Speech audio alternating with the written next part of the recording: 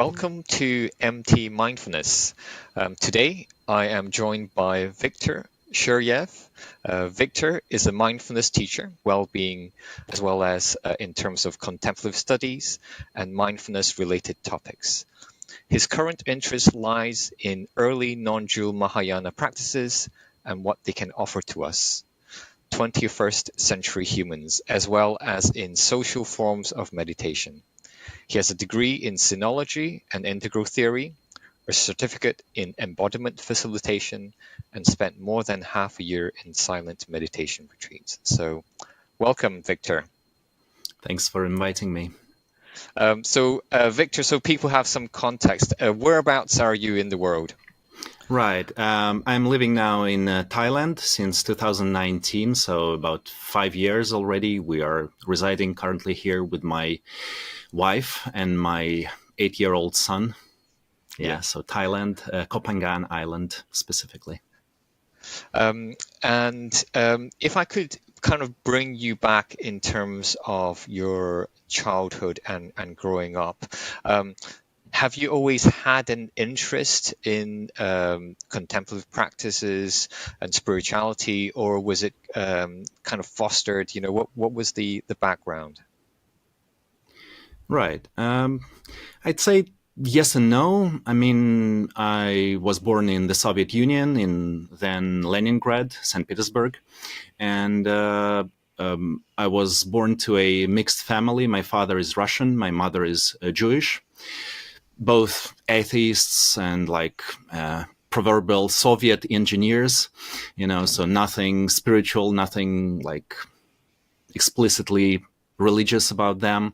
But being half Jewish, I was always tending more to the Jewish side because it's the more oppressed kind of ethnicity and so on. And also because I attended a Jewish school for 10 years. So, I mean, a compulsory school, just a normal school, but it was Jewish, the staff members, the tradition, the language, history, and so forth. So we were praying, we were, wearing the special hat outfit and so forth. So I was introduced to religious and spiritual topics from a very young age. And also, I guess I was just pretty sensitive as a child. I took interest in altered states of consciousness while still being in school. I was reading a lot about shamanism and kind of trying shamanic stuff. Did your parents find that strange at all? No, they were very open, they were open like very educated liberal people. They were whatever. I mean, around the 9th grade, I stumbled across some literature on transpersonal psychology. So a few years before graduating from secondary school, I was already reading Stanislav Grof, stuff on transpersonal psychology. So I definitely had some interest in all that. And then when I enrolled to the Oriental department of St. Petersburg State University, so started reading Chinese Buddhism, the early sutras, Buddhist sutras, and also slowly practicing different stuff, mostly like Advaita, Vedanta-ish kind of things. I mean... So just going back, Victor, because I'm really curious. So that's quite unique as an interest, having the shamanism and the transpersonal psychology.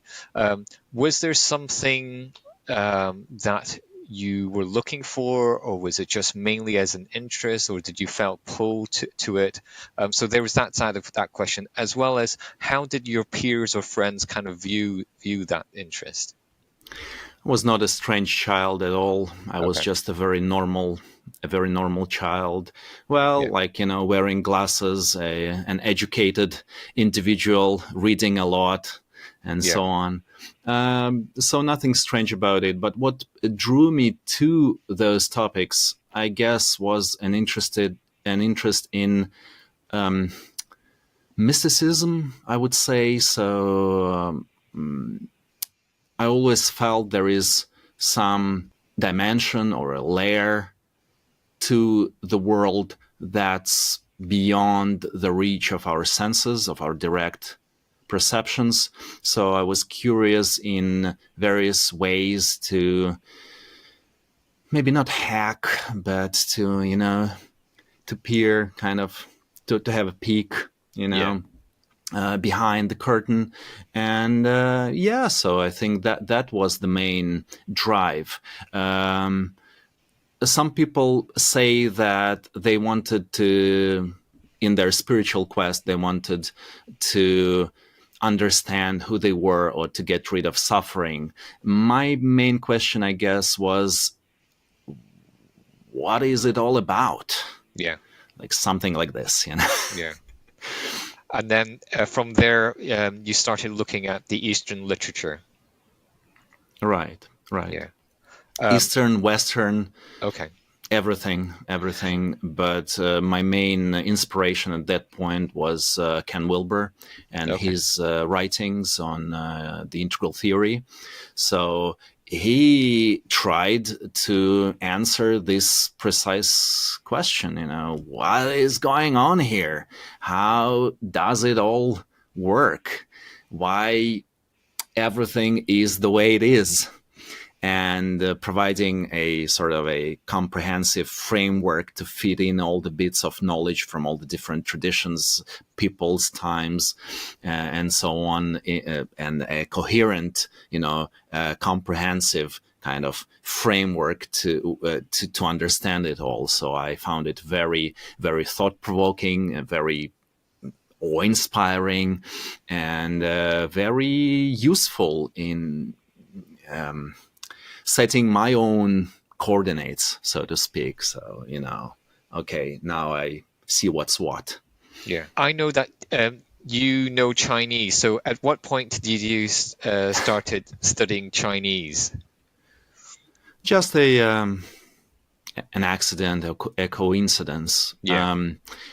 I was a bit early in school, so I graduated when I was 16, and it's probably too early to decide what you want to do in life, or to get enrolled to a university. So I didn't know what I want to do. Definitely some humanitarian stuff. Definitely the humanities, not the science, not the precise sciences, not mathematics or something like that. So literature or languages or history or stuff like this. And at some point, we were with my parents. We were outside of the city, somewhere in the nature, and a friend of ours. I actually remember us walking in the forest along a certain path, and we were talking about my future. They were asking my parents what I decided to do, to be, and I didn't know what I want to do. So they advised my parents that look into the Chinese studies, because it's very promising. China's on the rise, and you'll always find work as a Chinese speaking person, as an interpreter, and so forth. So I was like, okay, why not China, why not Chinese? And I got enrolled. There were two programs. One is like philology, so language based, and one is history based. So my specialty was history, Chinese history. But of course, we're studying Chinese, Japanese, and everything around the the sinology field of knowledge. So yeah, and after graduating from university, I went to China, and I stayed there for many years, around 7 years. Actually, the longest I've stayed in one place after I left Russia around Wow. when I was 18 was China. So 7 years in China, and now in Thailand around 5 years. So getting close. Are you it's catching up to the longest. Right. At that time, did you have an interest in meditation and practice? Right, I did. I've always practiced something. Always practiced something. As I told you already, I had a particular interest in Advaita Vedanta-ish kind of practices, self-inquiry. Nisargadatta Maharaj, I Am That, was my, so to speak, my go-to book, my go-to volume. And so I used to practice many different things. And while in China, I was practicing Chinese internal arts, the so-called internal Is this Taoist? Martial arts. Oh, okay. Qigong and Baguazhang, Baguazhang. a martial art. Yeah. And so I used to practice, but I didn't have any consistent meditation practice by that point. I used to do this and that, but nothing consistent, and nothing that I'd actually understand what the hell I'm doing. So by 2009, I was in a very deep personal crisis. I was there in China staying with my then wife. And I had a wife, I had an apartment, a car, a dog, but I got completely dissatisfied with my life. A pretty good position, like my job there, but like nothing related to the Chinese anything, just very down-to-earth stuff, shipments and manufacturing and all that. And and while still being there, I decided to find a meditation teacher. I had this inclination, and I couldn't find, because at that point internet was not very developed, and especially Chinese part of internet, very special place, and not too many meditation teachers on the internet, so maybe through some connections you could find some people, but most of them, because of the Cultural Revolution, the whole communist stuff, of course, 2000s, the situation got much better, but still most of the more prominent teacher left the country, so more of them in Taiwan, more of them in Hong Kong, not the mainland. So I couldn't find anyone. And then by a chance, I don't actually remember how, maybe through Buddhist geeks or somehow, I found Shinzen. Yeah. And as you well know, he was an early adopter of all things digital. So it was wonderful. I could study while still staying in China. I could attend his retreats, home practice program, which is still running every month up to this date. Is unbelievable, man. I know.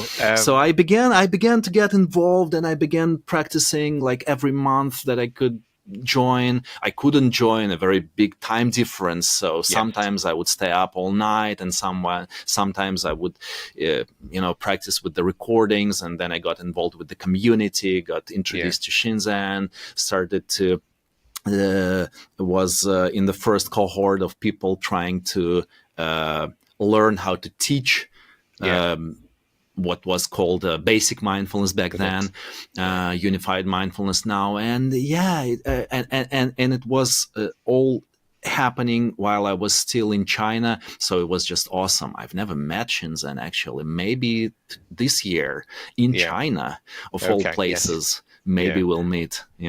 Yeah. So just going back slightly in terms of reminiscing, yes, I remember the home practice program, and I'm guessing that you had to make phone calls from Russia because I had to try to find the cheapest rate in order to be able to Right. call the line. Yeah. So Skype okay, back Skype. Okay, then. yes, Yes, yes, yes, China, Skype. Yeah, yeah, yeah. yeah.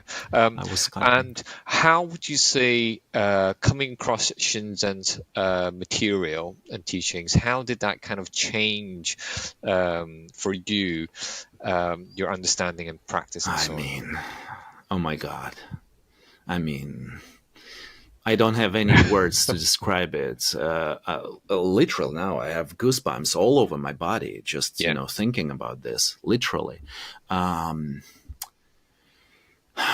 Shinzen likes to say that an encounter with the Japanese monks saved his life. I wouldn't say an encounter with Shinzen saved my life exactly, but it was,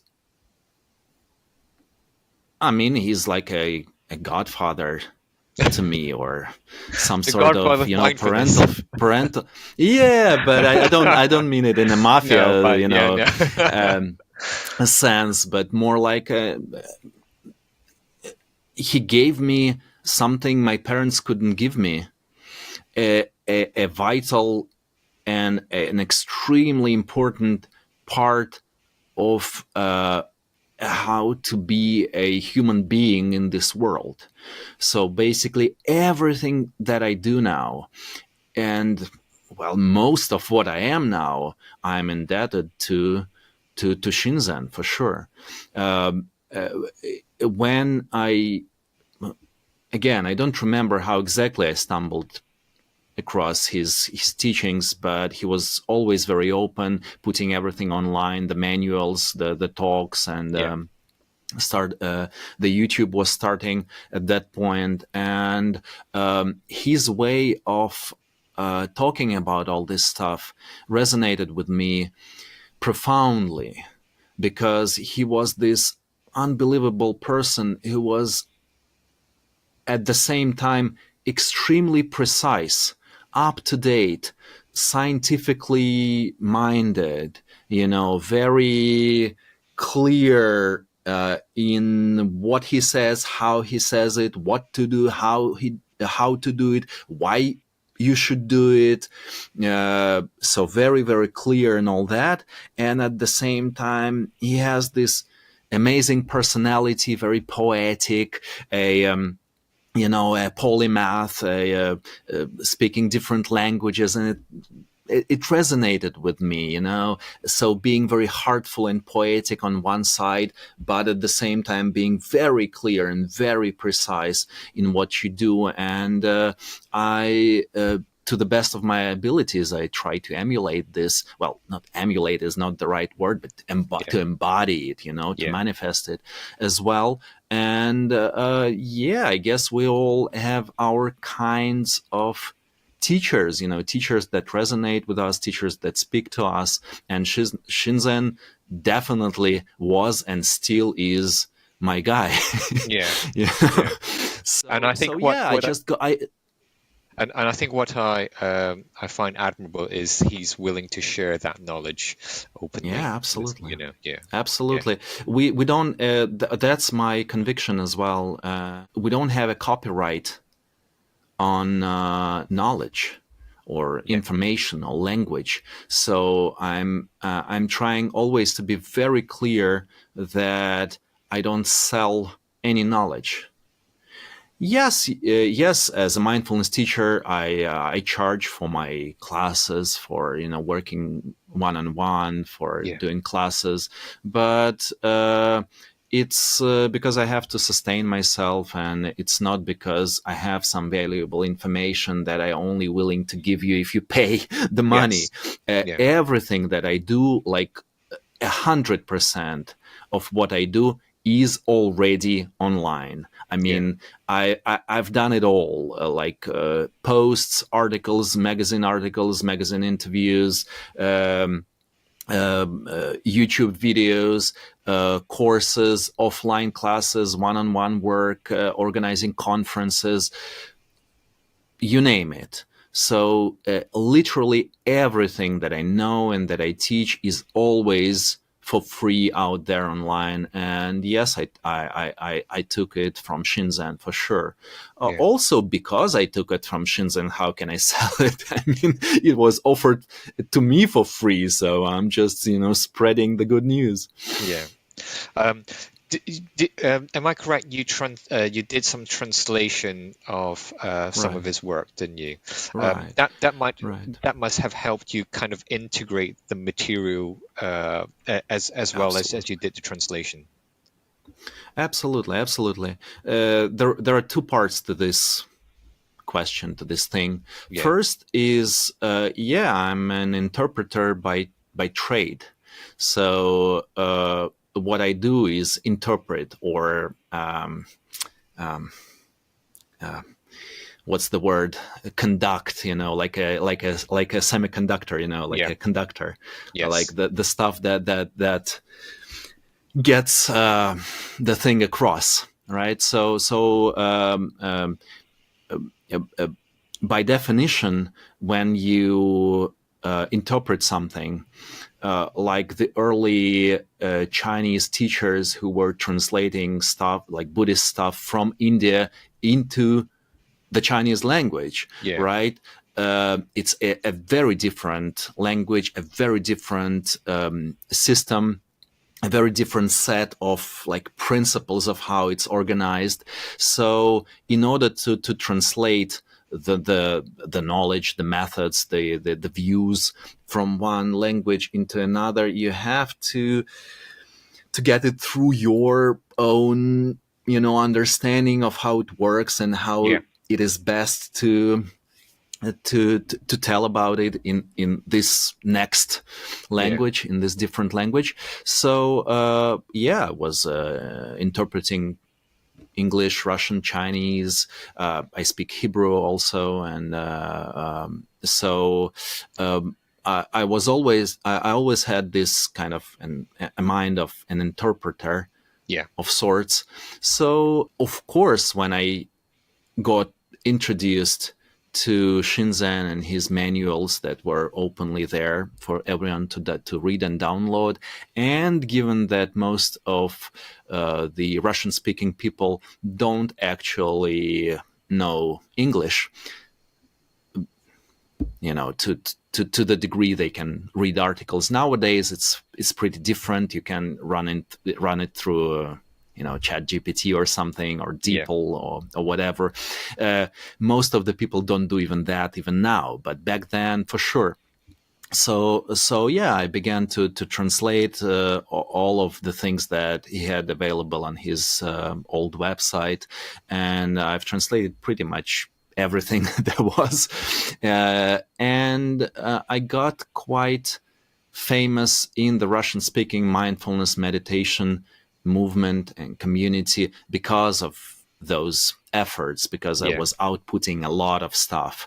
Yeah. So very productive by that stage. And that is the second part of this whole interpreter thing I was referring to earlier. So Yeah. the second part is that I happened to be one of the first public speakers on mindfulness meditation in Russia and in the Russian-speaking world, Yeah.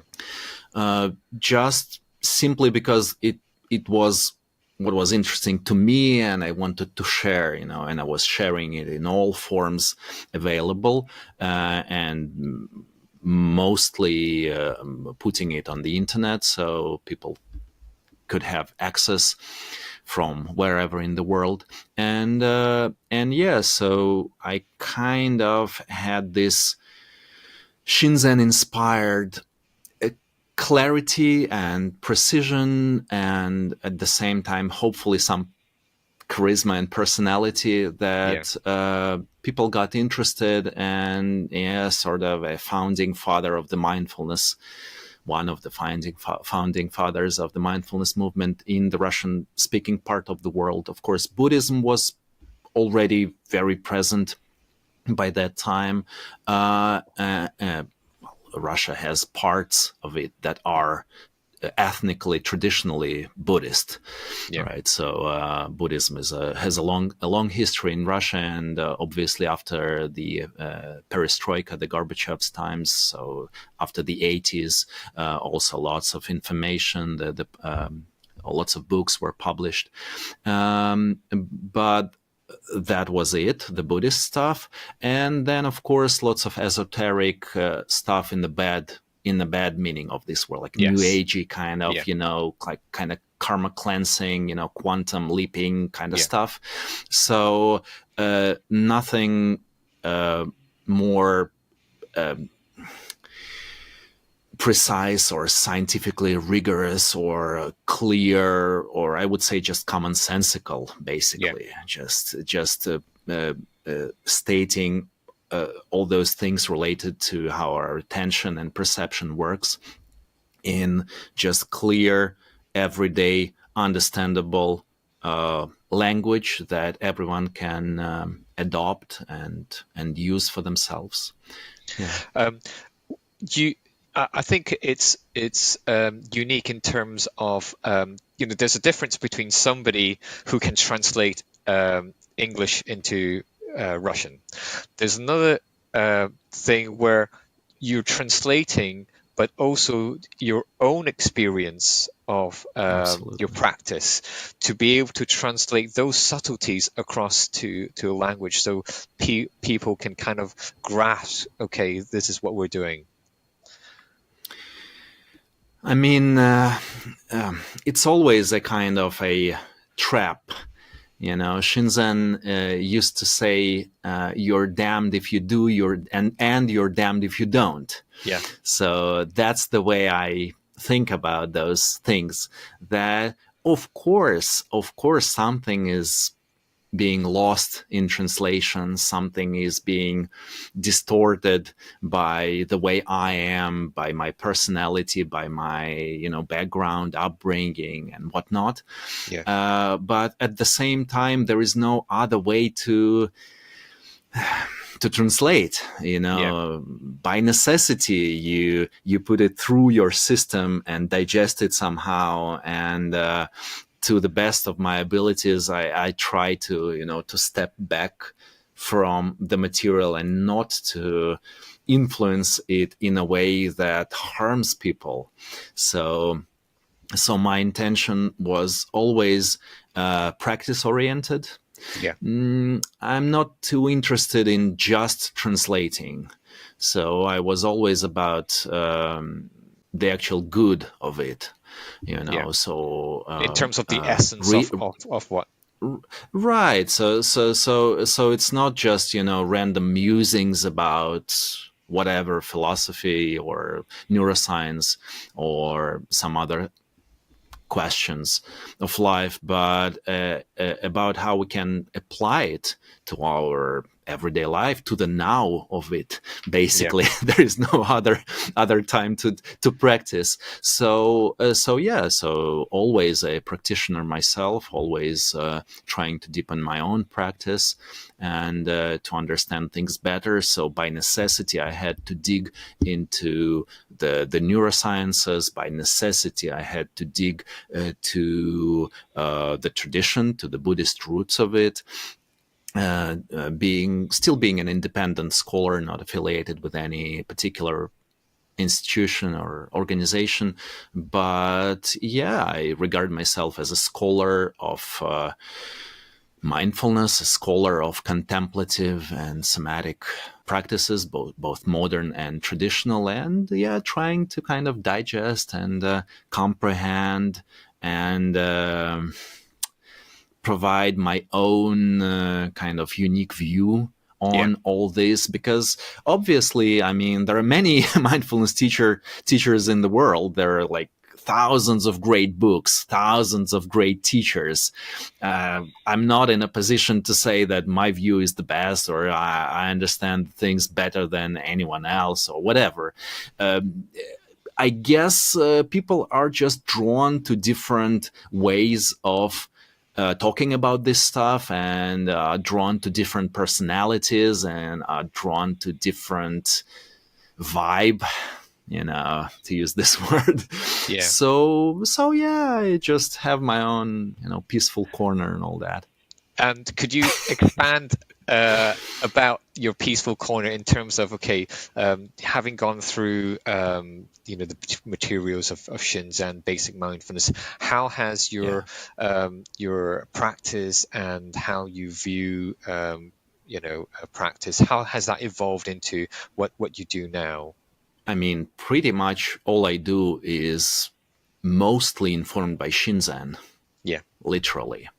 So, of course, I've read tons of different books and articles and attended many different teachers and retreats and different traditions and, Thailand, retreats in Thailand, in Nepal, in Myanmar, Russia, different places. But my optics, so to speak, were always Shinzen inspired or Shinzen informed optics. So what he does best, really, is he gives those clear coordinates. I don't know how else to put it. Very, I like the early name, basic mindfulness. Basic, not exactly in terms of it being primitive, like not advanced, but actually the opposite of that. Basic in terms of being fundamental. So what he provided me with is this fundamental way of relating to how my attention and perception work. And so I can use any kind of other, approach or tradition or meditation method, and it is still understood through those lenses, through those basic lenses of like sensory strands and the attentional skills development and so forth. So yeah, now currently for the last maybe 4 years, I was particularly interested in the early Chinese Buddhist traditions, and specifically in the teachings of Tian Zhiyi. Zhiyi was an early systematizer and a very influential figure for all the Far Eastern, East Asian Buddhism. So China, Japan, and so forth. One of the founding fathers of the East Asian Buddhism in general, and his lineage, his school is known as a Tiantai school, or Tendai in Japanese. And I talked with Shinzen about it actually, and he said that he explicitly structured his system inspired or based on Zhiyi's teachings. Wow. Okay. So and then if maybe you remember Shinzen had a very long article on shamatha and vipassana, like the calming and inside the history and the science of it. A very long and very, very interesting article I've also translated at some point, and it ends by a quote from Zhiyi. And I didn't know by that time I was translating it. I was some Chinese guy saying something about shamatha and vipassana, and something along the lines that there are many, many practices, there are many, many gateways, doorways to nirvana, but they don't exceed, or they are all embraced into the two gateways of the calming and the insight, shamatha and vipassana.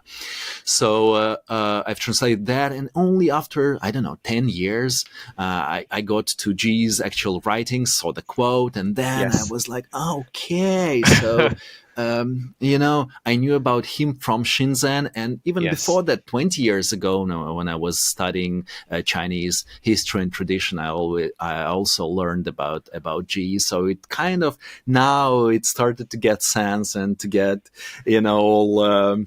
Oh, Fit that connection. now Yeah. began to fit together. So amazing. So for the last few years, I got very deep into this rabbit hole of the early Chinese views and practices, and especially this G's approach to understanding how to do the practice. So now I try to combine both. So basically doing the Shinzen inspired stuff, which Yeah. is precise, science compatible or science based, Yeah.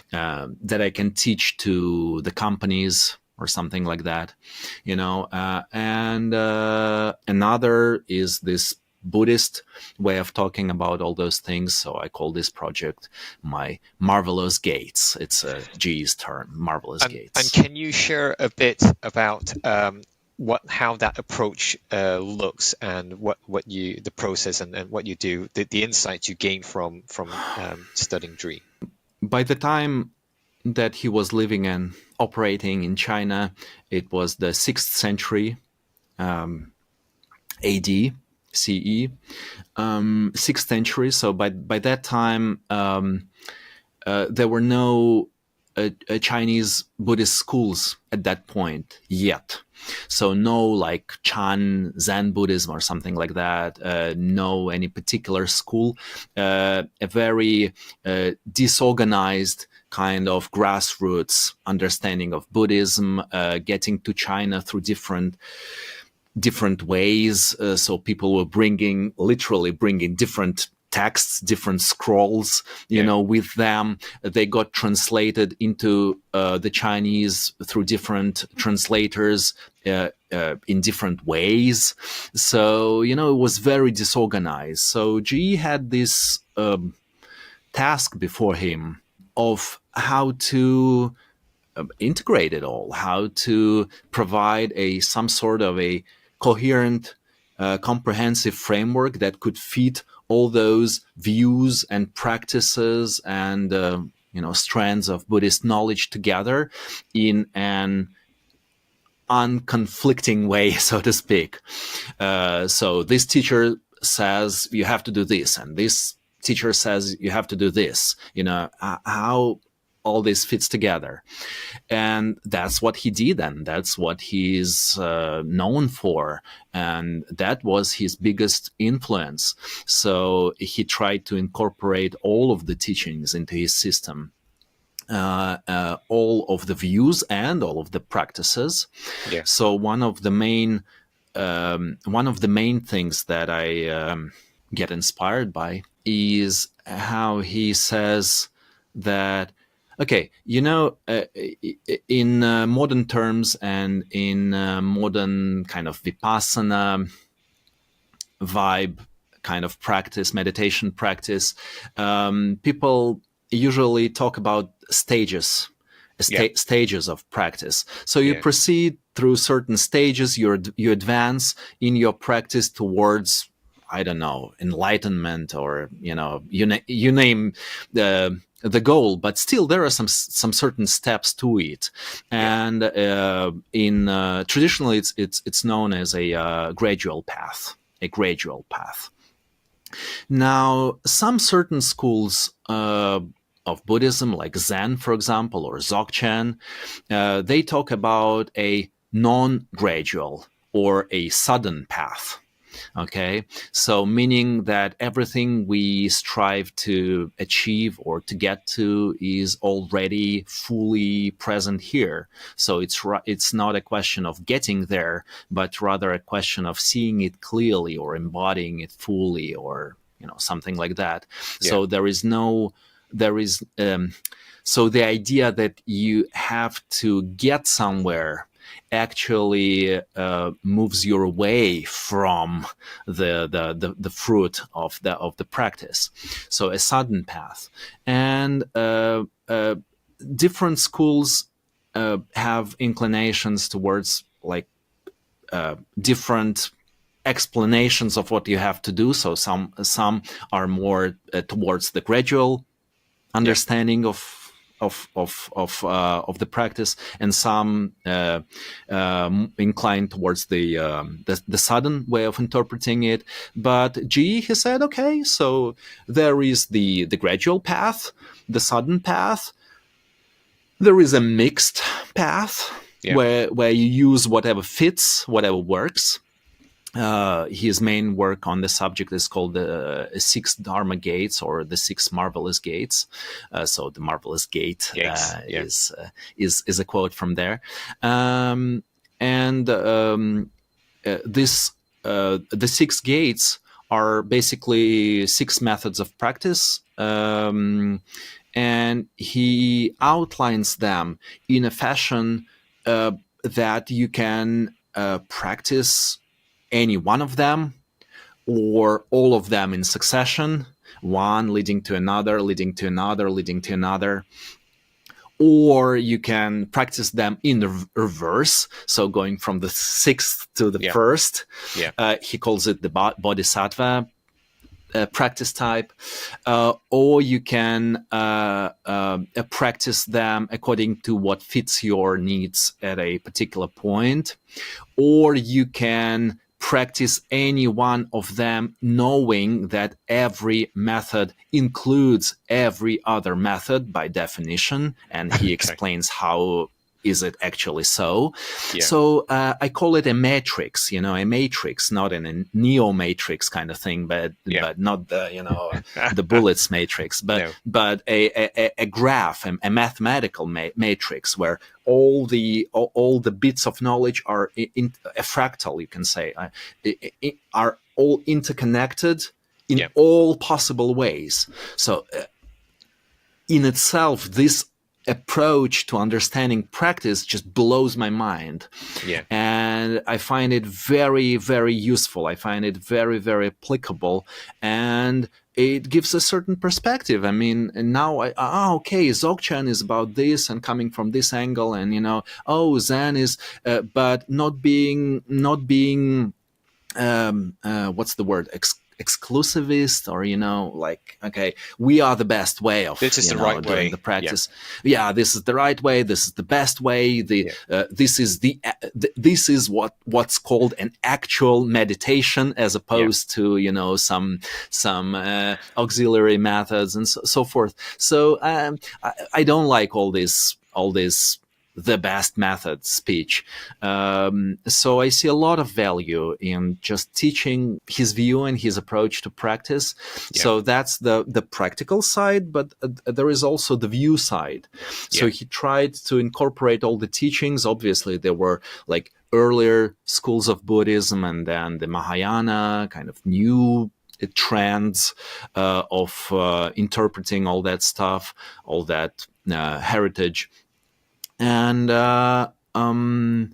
so his view was very inspired by a very famous philosopher, Nagarjuna, a very the most famous Mahayana Buddhism philosopher, Nagarjuna. So he regarded Nagarjuna as one of the founding fathers of his lineage, actually. So Nagarjuna is Tiantai Buddhism first patriarch, So Nagarjuna was talking about the absolute truth and the relative truth, and how there is a middle way of understanding them both. So the relative truth is a truth of our conventional existence. So there are people, trees, jobs, whatever, computers, a conventional level of understanding what's happening. But then there is this absolute way of understanding what's happening, and that's that there are no people, no trees, no computers, that it's all a conditioned kind of projection, that we do all the modern talk on, predictive processing, all the current trends in neuroscience are also about that, how we actively engage in in actually creating this conventional sense of who we are and what's going on.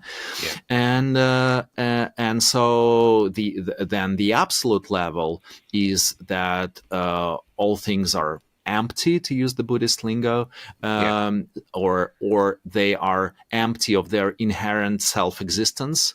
So they exist only in a sense. They are connected to and influenced by everything else. So say a cup doesn't have a nature of a cup. It is made to be a cup by our relating to it as something we can drink from, and so forth. So it doesn't have any cupness to it, any inherent cupness. I mean, once it's broken, it becomes a cactus holder, something like that. So there is this kind of absolute level and the relative level, and the whole, or samsara and nirvana. Nirvana being the absolute and samsara being our worldly. And the Buddhist path, as it was understood in the early centuries, the early ages of Buddhism, was to get from one to the other, to get to the other shore of suffering, as they used to put it. And you become dissatisfied with the worldly stuff, with samsaric stuff, and you slowly acclimatize to understanding that nothing worldly can give you a lasting satisfaction, lasting pleasure, because it's all conditioned, so it's all ending at some point. And you are ending at some point, so there is no point in clinging to it, thinking that it will, satisfy your thirst to, okay, now I'm finally okay. Right? So you get through this layer of samsaric, worldly, or, conventional, relative, and you get to the other shore, the absolute understanding, or the Buddha's understanding of how it all is. And there you get your liberation, right?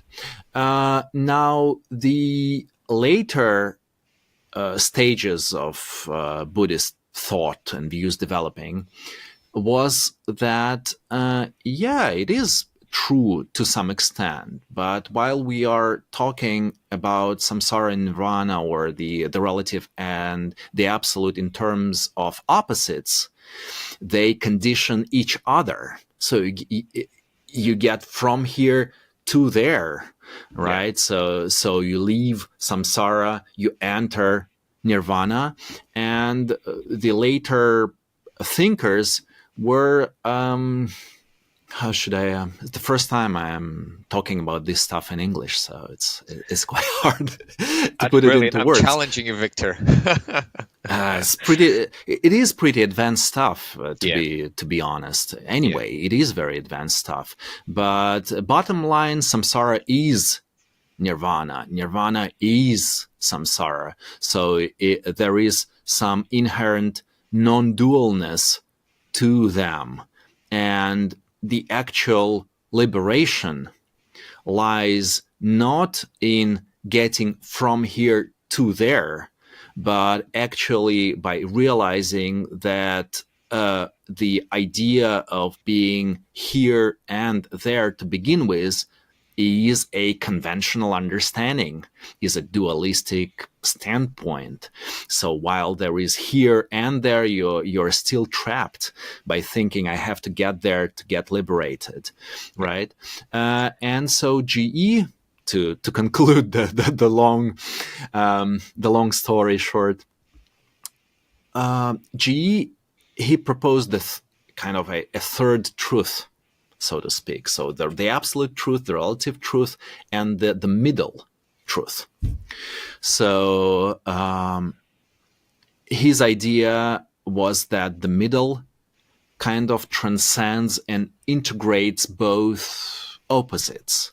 So while you're still trapped in the idea you have to get somewhere, you're still trapped in samsaric existence, but by transcending it, and going like kind of meta, going to the middle, which is which is Nagarjuna's idea basically.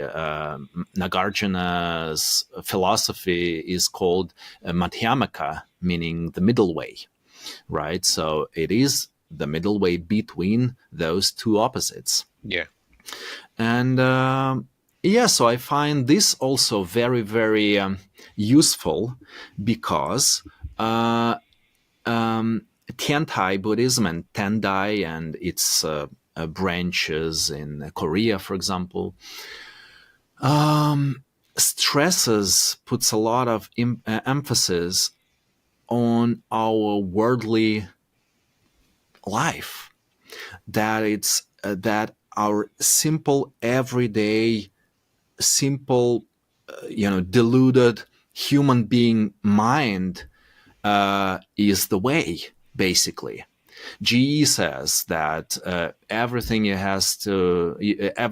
you can find out, everything you can achieve, everything you can, the enlightenment, the inherent enlightenment as it became to get known later, in the later centuries, Ben Tue, inherent enlightenment, is here within this moment of this ordinary mind, lies here. So you don't have to get dissatisfied in it, or you don't have to move away from it.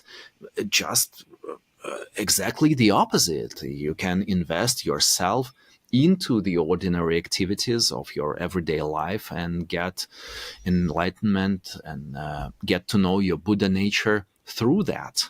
And that is a very important understanding to me personally. Like now, currently, war in Russia, Ukraine, and I'm very involved in all those matters. Yeah. I used to work in Ukraine. I had a mindfulness center in Ukraine. I left it before COVID, and then war. I've lost my parents, both of my parents last year. I kind of want to, to run away from the worldly. I kind of want to find some ultimate salvation that lies beyond all this. But at the same time, when I read Zhiyi's personal history, for example, I understand that he himself, went through all of that. He was a happy child, living in one of the kingdoms. At that time, China was split into many different kingdoms, the so-called northern and southern dynasties period, and so it was Liang kingdom, and his father was an official, like some kind of court official in a capital there. And then when Zhiyi was 17 years old, the country the kingdom was invaded by another, the Wei kingdom, and both of his parents were killed. He was 17. They left the city. It was destructed, of course, and destroyed. And he and his brother, they left. They ran away, and he became a monk. And then he got through very different periods in his life where he was actually serving three different kingdoms, through three different dynasties. He was very kind of courted by, in all of the meanings of this word, right? Yeah. By the ruling people of the next kingdom he ran into, the Tian kingdom. And then when the Sui dynasty came to power, invading and capturing the Tian, the Sui dynasty was the first to integrate the country, basically, invading all of the other kingdoms and subduing them. And he was a personal teacher of the emperor's son, of the first emperor's son, who then, after Zhiyi's death, already became the next emperor of Sui dynasty. So, and at the same time, he was an ascetic. So spending many years in retreat in the mountains. Tian is the name of the place where he used to practice. So, losing his parents, being, forced to leave his hometown, witnessing the destruction, the invasions, the change of powers, new kingdoms coming to rise, being a hermit, being a court Buddhist teacher for many years, and invited to teach in the most prestigious places of that time, and so on. So a very kind of turbulent and very rich personal life. So I'm very inspired by that guy, and by the depth of practice, and by the scope of his understanding and of what he tried to, put together, to incorporate into his system. So, yeah, I can talk about him for ages. So let me just stop here. Yes. And I'm guessing, with all the reading, there was the insights that you were getting through his life. Were there any practical, your own experience that you can share of that connects all this? Oh, it's very interesting. I was reflecting on that. So let's say I started to practice with Shinzen in 2009. And I got interested in Zhiyi and his teachings around 2019, maybe 20, something like this. Yeah. So 10 years of heavy Shinzen, industrial strength mindfulness, Yes, as he calls it. And then to a certain degree, I got dissatisfied with the industrial strength mindfulness, I would say, not in Shinzen's approach or teachings per se, but in my attempts to make it as secularized as possible, Yeah. And I wanted some new inspiration. I wanted to have a new flavor to my practice, and Zhiyi and Mahayana in general, Mahayana Buddhism in general, and Zhiyi,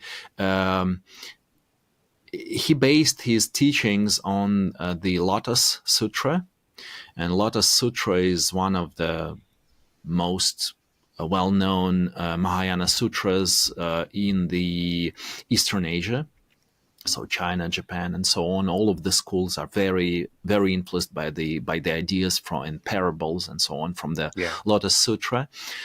And so I started to get what I now call it a Lotus flavor to my practice.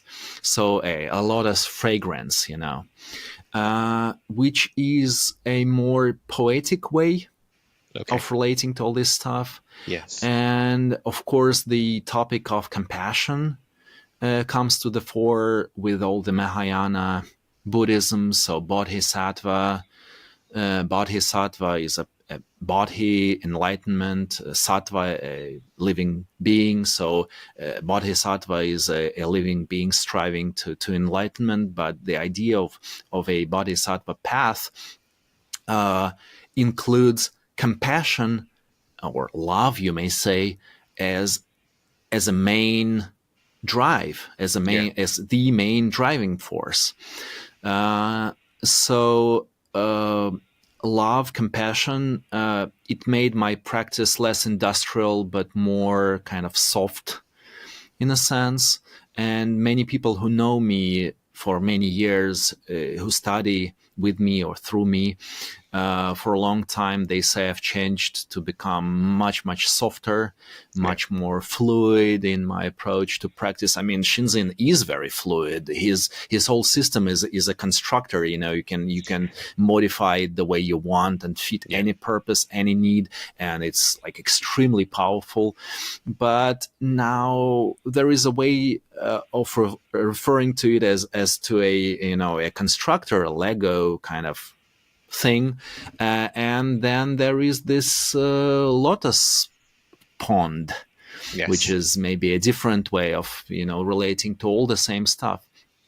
And so compassion, love, and kind of tenderness, I would say, is one of the things. Another things is a teaching on Pure Lands. It's a very important concept in Mahayana Buddhism. Pure Lands, well, you can take it like literally, or you can understand it more philosophically or psychologically, mystically. So a more literal way of thinking about Pure Lands is like some sort of heaven, So there is our life here on Earth, but then there are certain other, exquisitely wonderful places you can get reborn into or get to at some point.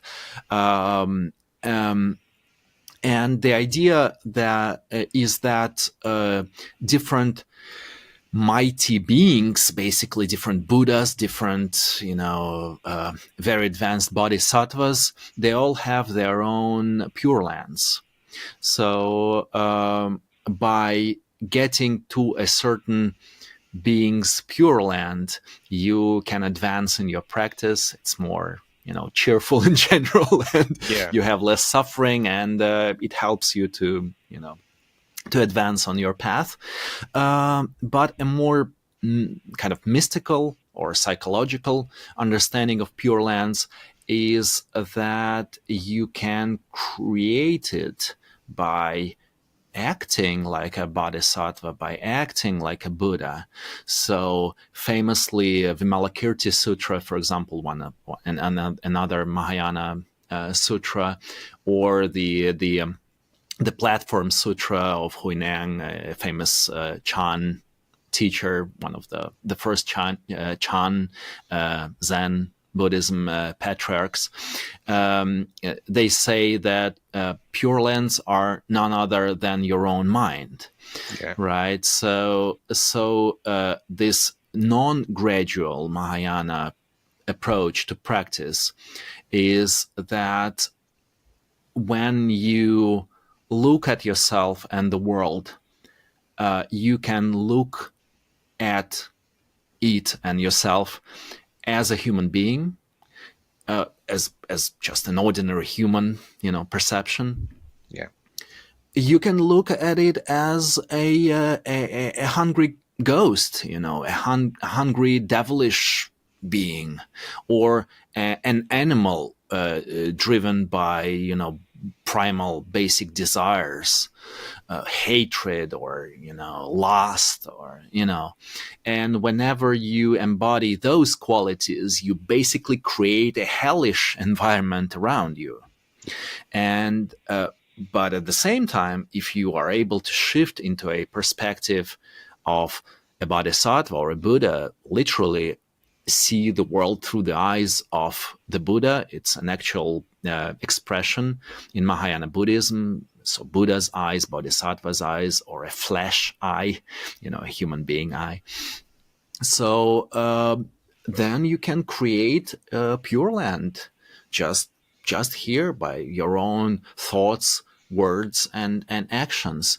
And especially given what's happened, the madness that's happening in the world right now. I mean, probably it was always here, but during kind of more stable-ish times, there was a deceptive kind of idea of things more normal, being more stable or whatever. But now, of course, the war is a catastrophe of like enormous proportion, and the climate thing and the There's a whatever you lot of name it. disasters. Yes. Everywhere, yeah, Yeah. everywhere. So this idea of not just being an interpreter, not just being a mindfulness teacher, or not just being a decent person, but an idea of being striving to be a bodhisattva that creates a pure land by making it a pure land, Yeah. other than this disaster. It's something very valuable to me at this point. So yeah, I find a lot of inspiration in Chinese Buddhism, in Mahayana sutras, in the Lotus Sutra for sure. It's a beautiful, beautiful, literary piece Literally, yeah. of work. Yes. An amazing text, amazing book, but also like very, very deep and very, very rich. And the three main ideas of the Lotus Sutra that are most telling to me. The first is that there is only one teaching. They call it the Ekayana, one, like Mahayana, Hinayana. So Ekayana, one vehicle, one teaching. Yeah. So the idea is that, everything points to this one kind of direction and liberation. But then the second idea is that there is an indefinite number of ways of getting there. Yeah. So like in Shinzen's type of, thinking and doing things, and also Zhiyi and many others, there is no the right way, the best meditation. I mean, the right way and the best meditation that works for you in your condition, in your situation today, in many with your proclivities and so forth. So many different conditions for anything to work well. So there is no just like one right way of doing stuff. Yeah. And it also resonates deeply with me. And so I try to find a unique approach to, every person and situation I work with. And so that's the second idea. And then the third idea is that everything that we have to achieve or want to achieve or strive to is already fully present here. So rather than, call it Buddha nature or original enlightenment or whatnot, but the idea is still the same, that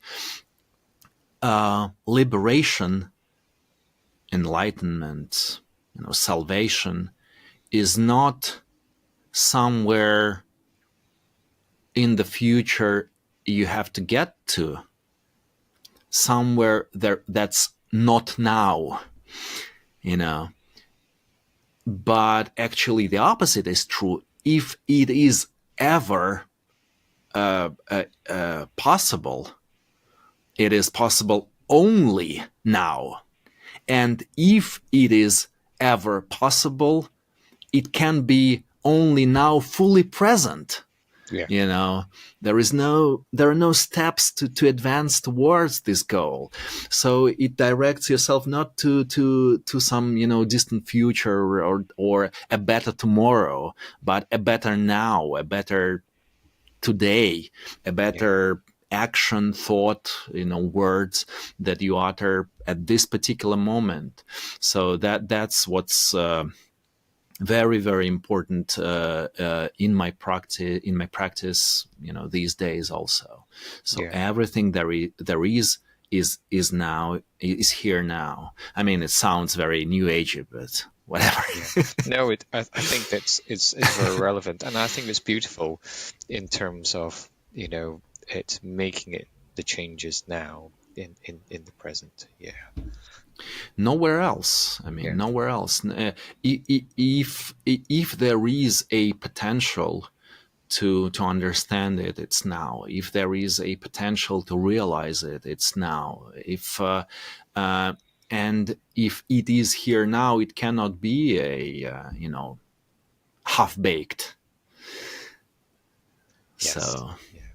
Well, thank you, Victor, for sharing this deep discussion, and also the beautiful lotus that you are. So thank you very much. the lotus fragrance. Oh, the lotus fragrance. I've remembered the while I was talking about those three main things from the Lotus Sutra, the one teaching, the infinite number of ways, and the inherent, the always already here thing. I wanted to finish by referring to another Chinese idea about this ocean of suffering.